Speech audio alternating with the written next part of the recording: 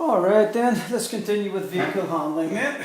Okay, let's hopefully we'll have a wee look at the next section, which is basically a box junction then. Now this is quite a good example of... Is that yellow thing actually on the road? Yeah, that's actually a box junction, you know, it's identified by yellow crisscrosses. Sometimes people joke and call it the potato waffle. So, it looks a bit like one, doesn't it? I like it. Yeah, we'll call it a potato waffle then instead of a box junction. So what you've got here then, basically, is you've got the a vehicle that's entered into it to turn right into here. Now, the basic rule of a box junction is you should not enter one unless your exit from it is clear. In other words, if a car had been parked here, you wouldn't have came into the centre of it. You'd have waited here. Okay. Now, the only time you're actually ever allowed to come into a box junction and stop is when turning right. What?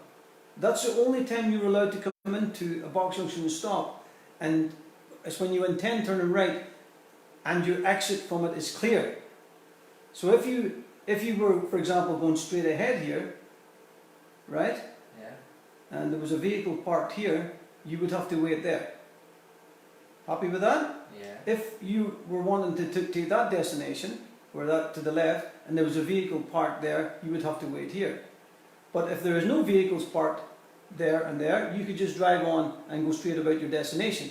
The problem with turning right, and the reason why they allow you to stop in it when you want to turn right, is because it's quite hard to make a decision to try to work out safely from this position here all the way around to here. Can you get in front of the car that's coming down that road? Just previously, like the previous diagram, when you intended turning right here, you had to judge the speed of this vehicle. You can imagine then how difficult it is to try and judge it and get it right from way back here. Yeah. So they have to allow you to come into the box junction and wait if you intend to turn right, as long as your exit from it is clear. In other words, if there was a car parked there, you would still have to wait way back here until your exit from it was clear, even though you were wanting to turn right. Is that okay? Yep. It is a bit confusing, that one, but just try to remember the golden rule. Don't enter and wait and stop on the potato waffle unless you intend to turn right and your exit from it is clear. Okay. Now, a worded warning sign called a Ford. Any idea what that is? Or what it's referring to? I don't know what a ford is. Wait, what is a Ford then? It's like a little bit of land between in the river that people could walk across. Yep. I don't know what it would be in terms of driving though. Okay. Like what that means for you. Now, if you look at the diagram, you can see that there's quite a lot of water on the road, similar to what's happening out there today. And that's more commonly known as a ford. And it's a part of the road which the Department of Environment know will flood, and they allow it to flood. It's just one of those things they allow to happen on certain rural roads. So they warn you, they put a sign up like this to tell you that the road is either liable to flood or is flooding. And then they usually would put a measuring stick up so that you can measure the depth of the water, so to make it safe enough for you to make a decision, will you want to drive through it? Okay. So the main thing to take from this is, first of all, if you're going to drive through a ford, you don't want to drive through it very fast. Yeah. You want to drive through it in a low gear, and there's a technique you can use with a manual car, not an automatic, a manual car, where you actually keep the clutch at the biting point, use acceleration to keep the revs up high, and control the speed of the vehicle as you drive through the ford. Right. With having the extra acceleration and the clutch at the biting point, you reduce the risk of water affecting the vehicle, especially in and around the exhaust area. Okay. And the depth of the water, of course, has to be paramount. If there isn't a measuring device to tell you how deep the water is, you should really check it before you drive through it. Because if water gets into... Get out and check? Well, ask one of your passengers that you don't like. But someone has to go into that water if you don't know what depth it is, if you intend to drive through it. Get a stick or something, you know. Because if water goes into your engine, Yeah. the next time the vehicle will move, there will be a rope attached to it. What? Yes. The vehicle, if it gets water into the engine, will not be driving again. Oh, you meant that metaphorically, sorry. That was like a joke. I thought you meant an actual rope or something. No, it was a bad joke. But anyway, you get what I mean. Why would that not happen with rain coming down then? Well, the vehicle has a place where it takes in air into the engine. It's known as the air intake. Now, the air intake can be quite low in some vehicles, and in others it's quite high. Water coming down will not get anywhere near the air intake as it's protected and shielded. Okay. However, water from below will make its way into anything if you go into it deep enough. And you don't want water to get into the air intake of a vehicle. That's the bottom line. If it does, Intake, not a water intake. yes, you don't want that, okay? Okay. So if you're in doubt about the depth of the water or how deep you can drive into the vehicle, into the water, best thing is, guess what? Take another route. Save yourself the grief. Yeah. What's 5 minutes out of your journey to a very expensive mechanical bill? And then again, as I say, the vehicle may never drive again. So, pretty dangerous business, Okay. driving through large reservoirs of water. Yeah. Okay, let's have a look at the next one. We don't have that many trams in Northern Ireland at the minute. However, they are quite popular across Europe. You may come across them. I've heard of the swept area, but Well, the road surface for trams has a different surface, so it draws your attention to it. Sometimes trams and cars are nearly on the same road, and it can be quite hard to distinguish the difference. So they make a different texture, which is the surface, the way the surface looks. It could be slightly bumpy, for example, or checkered, and a different colour. yeah. Trams, of course, work by electricity, and that way you've got there will be nowhere studs near them, for example. So that's how you know. Again, they're not the tram tracks shown when you see some metal studs. They won't have them on them, for example. That's another example of that. So vehicle handling in the time of day. Now we have a little look at the lights, and we talked about this last week. Remember? Because there is a bit of confusion sometimes about what lights we have on a car. Now they kind of help you along here by showing you what a dipped headlight looks like. That's the diagram there, and that's the parking light at the top, the wee small one we talked about. Or did you know what I called it earlier? Side lights. Side light. So side light, dipped headlight, or just headlights. You could call it just headlights. And of course the blue one. What's that one referring to? Bright. Very bright. And when would you not use them? In a well-lit area. Yes, where there's street lights. Oh, wet morning and afternoon. You wouldn't use them then. Well, you wouldn't use them unless it was dark, that's for sure. But at night time, obviously, you would use them if there was no street lights. Okay. And one of the questions comes up sometimes on the theory test is reference to when you would use them. If you were in a built-up area, i.e. a built-up where people live, 9 times out of the time there's going to be street lights, so you won't be using them then. Yeah. And the speed limit is also important. Not the Sometimes- 30 miles per hour. Correct. So sometimes they would ask you a question like, you're driving on the road, which is 40 miles an hour road, there is no street lights, what lights should you have on? Or that sort of question, you know, so Yeah. you would have to be aware of it. Okay, let's see what else we got. Now when you go to overtake a vehicle or you drive at night, the problem sometimes is if you have a blue light or the bright lights on, you could cause a driver in front of you some problems, can't you? You can see what's happening here. This vehicle is a good distance away. The lights that they have are not shining into the other vehicle. By shining into the other vehicle, you would cause the driver a bit of problems with visibility. One of the questions that they asked you, and this is quite a difficult question, people get wrong a lot, is if you intend to overtake this vehicle, at what point should, first of all, the vehicle has been overtaken, switch off their full beam, and the vehicle is overtaken to switch on their full beam, because both will need them to see in this dark country road. So look at the vehicle now. What do you think would be a reasonable time for that to happen?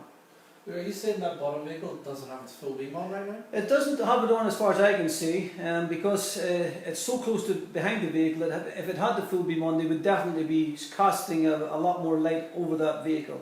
Yeah. It's waiting to overtake, you see, by the looks of things. and this vehicle in front signaling as if it's going to overtake. You see that? Or turn right. Yeah. So obviously the vehicle's not going to overtake it whilst it's turning right, Yeah. because that would be dangerous. So that's the reason why. But what it's illustrating you here is that the lights on the vehicles are just beyond the back of the car, so that they're not shining into the vehicle and causing it some problems. Oh, okay. Okay. Likewise, if a vehicle approaches these two cars from the other side of the road, they would, if they had this red vehicle has its full blue lights on, what would it need to do? Turn them off. It would pull the stock back on the car, and that's Or the, not that again. and that's the action that we referred to last week, is Dip. dipping your headlights. Yeah. There you go. And that's where that name comes from, you see, because there's a bit of confusion about, some people think it's an extra light on a car. It's actually the full beam being pulled back to basically put back on your headlights. The action is dipping your headlights, and sometimes, and more commonly, that light is known as dipped headlights. That's where the confusion comes from. If there was an instructor asking me, would I get a point taken off for setting the headlights? No. Instead of the headlights? No, you would not. Okay. No, you would not. Speed then, let's have a look at what happens to a vehicle when you go a bit quick, and use of engine braking. Now, we talked about engine braking earlier. What does it mean? What does engine braking mean? What are we talking Using about? the gears to slow down. Well done. What are these? Well, it's not yellow, but it's those rumble strips. They're not yellow, correct, well spotted. They are rumble strips, they're just a different colour. Bright colour to attract the driver's attention, but definitely will attract the driver's attention when they drive over them. Yeah. And they were sometimes referred to as what type of measure? Traffic calming measure. Traffic calming measures, or I said, they could be sometimes known as traffic, annoyance measures. because most drivers don't like them. I always loved, well, I wasn't driving them, but whenever loved it, I always loved hearing it. I don't know why. Okay, that's a fair one, but most drivers won't like them too much. What are we talking about when someone talks about coasting? What do you think that means? I don't know, but I'm going to say, is it when they go into neutral and let the speed of the car take them on? That's it. That is definitely one form of coasting, where you're freewheeling, if you like. Oh. Now, the problems associated with coasting is, as this diagram illustrates, the clutch being pressed in when you don't need it to be in. The effect that has on the car can be quite extreme and dangerous, because what you've done is you've disengaged the engine from the gearbox, technically.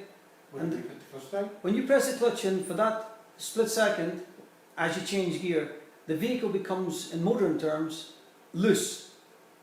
Slightly out of control. At low speeds you wouldn't notice it. At high speeds it would become very, obvious, because the centre of gravity of the vehicle changes slightly, and the stability of the vehicle changes slightly. Okay. But what we'll come across quite a lot is people pressing the clutch in, coming down a steep hill. What effect would that have? And why is it dangerous?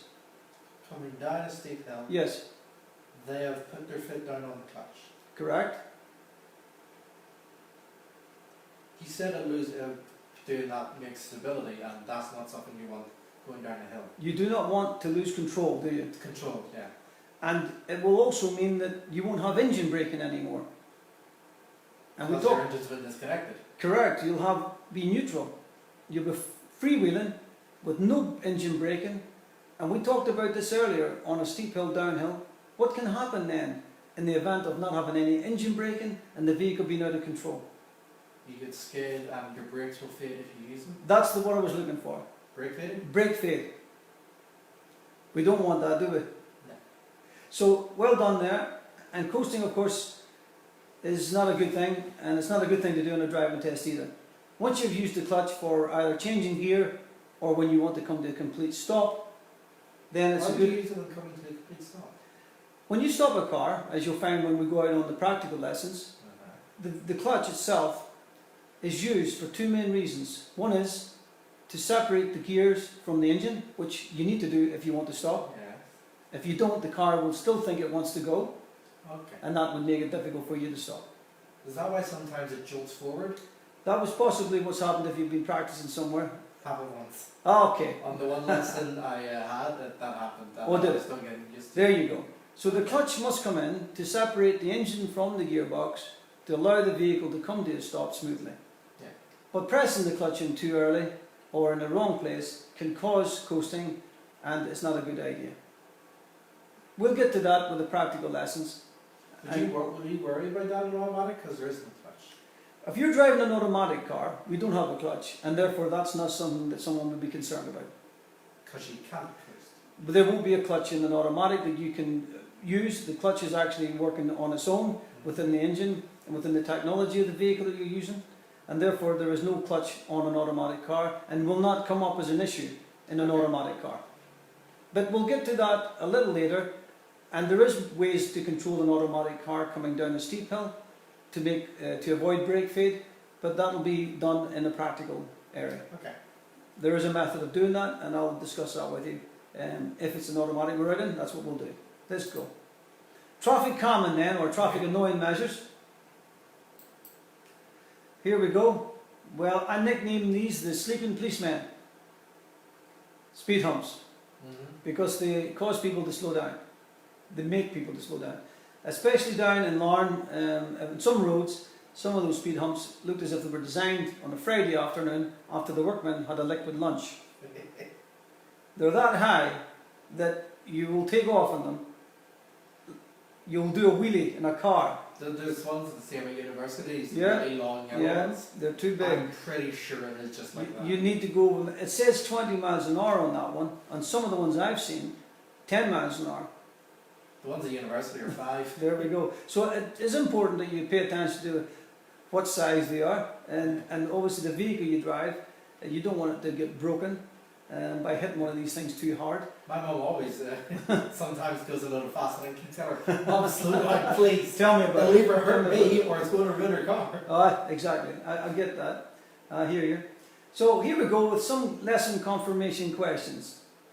We'll just have a look at them quickly before, have a 3 or 4 second look at it. You're travelling in very heavy rain. Your overall stopping distance is likely to be doubled, halved, 6 times greater or 10 times greater. It's not the second, it's the actual distance of Yes, they're talking about, well, remember when we talked about it, we said 2 seconds for a dry day, 4 seconds for a wet day, so that's technically doubled, isn't it? So that's what you would be So looking your at. distance has to so be doubled then? Correct, well done, it's been doubled, well done. Rumble lines are designed to do what? Encourage you to reduce speed. Well, they're kind of designed purposely for that reason. You see a vehicle coming towards you on a single track road, you should do what? You definitely don't speed up. You wouldn't speed up, that's for sure. So what are we going to be doing? We're going to try to help the situation out by doing what? Well, I don't know which one, but I know you need to, if you're there first, you go into the passing place. Well, let's see if we can get the closest answer to what you think is the sensible way.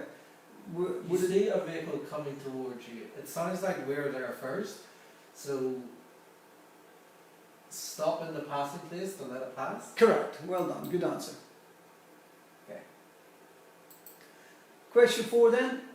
Your steep hills will affect the performance of your vehicle. Which to apply when you're driving up steep hills? Now, 2 answers on this occasion.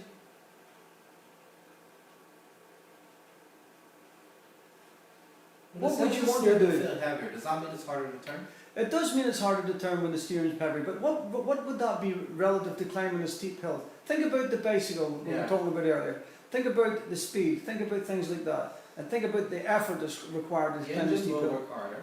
The engine's definitely going to work harder. What else? You're driving up, your vehicle will slow down sooner?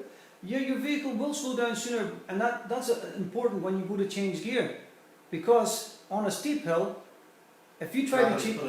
Correct. If you try to change gear on a steep hill, without first of all accelerating a little bit more than you would normally, to allow for you to change gear... Have some breathing room and get some speed. Correct. Exactly the same as a cyclist would have, funny enough, to cycle up a steep hill. If they tried to change gear halfway up a hill, they could fall off the bike, couldn't they? So I'm afraid a car won't do that, but it will cause problems for it. If you try to change gear while it's climbing a steep hill and you haven't allowed for a little bit of acceleration to get you there.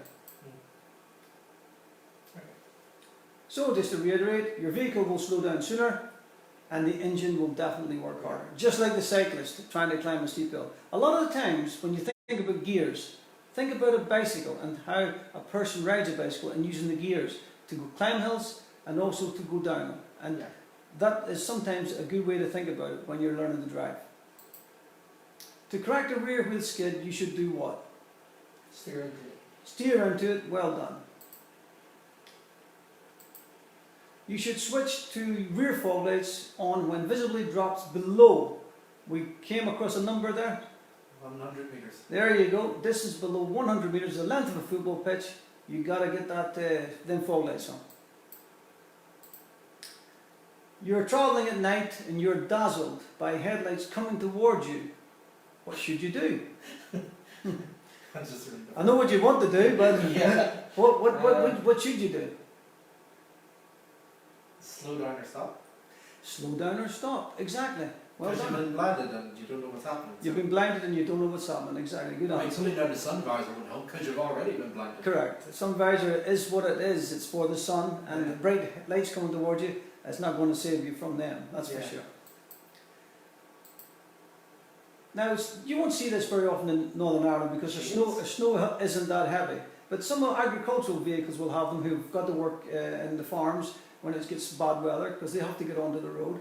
They have to make deliveries. They have to do things like that. Though they will sometimes have this with them.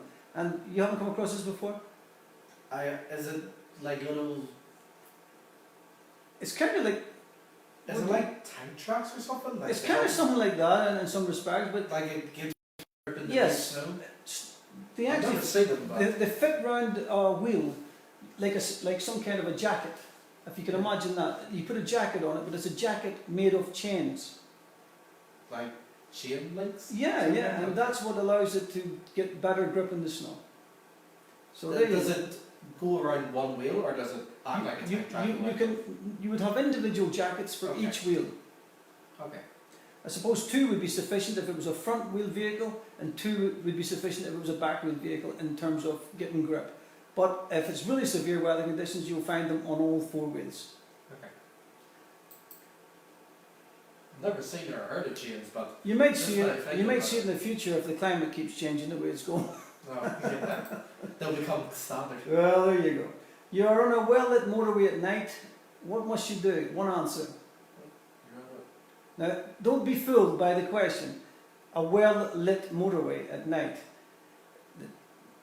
What do you think?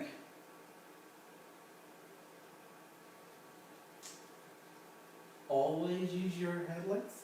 Always use your dipped headlights. Yeah. The only time you would switch your headlights off It's when you stop. if you had broken down in the hard shoulder, and this question does come up, the only time that you would take your lights off and use your hazard warning lights whilst you wait for assistance. Okay. You're driving down a long steep hill, you suddenly notice your brakes are not working as well as normal. What is the usual cause of this? The brakes are overheating. Well done. Brake fluid. What is brake fluid for? Sorry? What is brake fluiding for? Brake fluid? Yeah. How does it help? Let me just see. Brake fluid is the fluid which works with the brakes to create the pressure in the hydraulic system. Oh, okay. So it's something that you won't see, but there is a container which has the brake fluid which will be visible to you under the bonnet of the car. Okay. That has to be checked regularly for minimum and maximum levels. There will also be a light that will show up on your dashboard in the car if that level becomes low. And that's quite important that you remember that. Because part of your test is, in actual fact, to be able to recognise when the vehicle needs to have that. Would they like change the car beforehand to make it so the light comes on during your test? Or could it just be random, like it won't happen or it will?